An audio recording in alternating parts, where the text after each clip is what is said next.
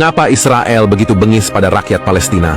Mengapa mereka seakan tak punya hati tega membantai manusia, seakan dianggap binatang? Ternyata ini semua berhubungan dengan kitab Talmud yang mereka imani.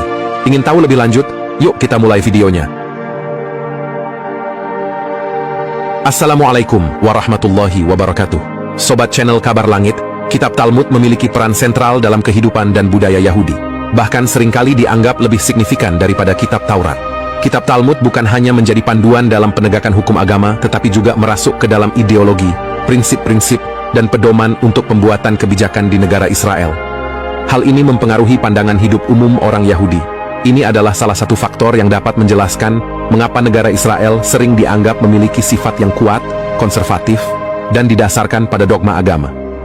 Untuk memahami sikap Israel yang tampak keras dan kurang kompromi, penting untuk memiliki pemahaman yang lebih dalam tentang isi kitab Talmud, yang dianggap sebagai salah satu teks suci terpenting dalam tradisi Yahudi. Keyakinan orang Yahudi terhadap kitab Talmud berbeda dengan pandangan mereka terhadap kitab Perjanjian Lama, yang juga dikenal sebagai Taurat. Bukti tentang hal ini dapat ditemukan dalam Talmud Erubin 2b, edisi Soncino, yang mengingatkan kepada kaum Yahudi, "Wahai anakku, hendaklah engkau lebih mengutamakan fatwa dari para ahli kitab Talmud daripada ayat-ayat Taurat." Menurut para pendeta Talmud, sebagian isi kitab Talmud merupakan pengembangan ajaran lisan yang disampaikan oleh Nabi Musa.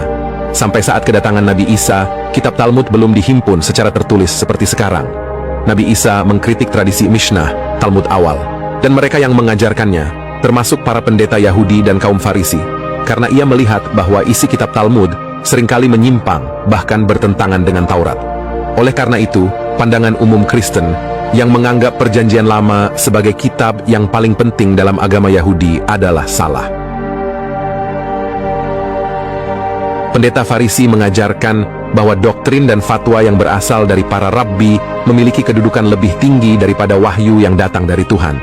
Talmud bahkan mengklaim bahwa hukum-hukumnya menduduki posisi di atas Taurat dan tidak selalu sejalan dengan isi Taurat.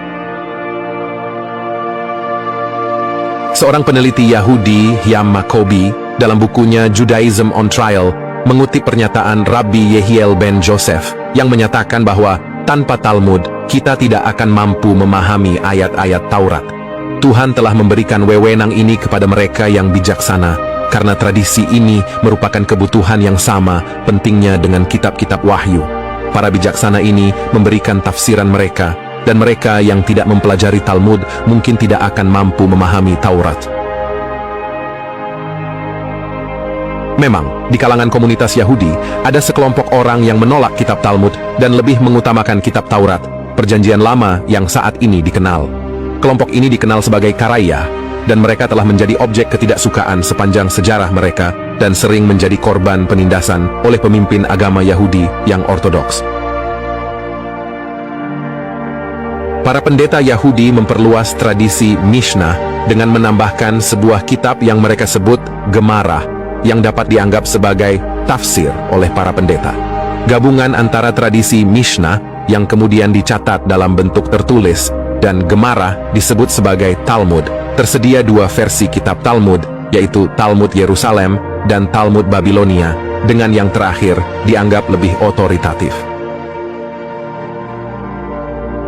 Beberapa kutipan dari kitab Talmud yang akan disajikan dalam uraian berikut ini adalah dokumen yang memicu perdebatan, dengan harapan dapat memberikan pemahaman yang lebih luas bagi seluruh manusia, termasuk komunitas Yahudi, tentang kontroversi dan isu-isu kebencian dalam ajaran Talmud, yang dianggap sebagai kitab suci oleh komunitas Yahudi, Ortodoks, dan Hasidiyah di seluruh dunia.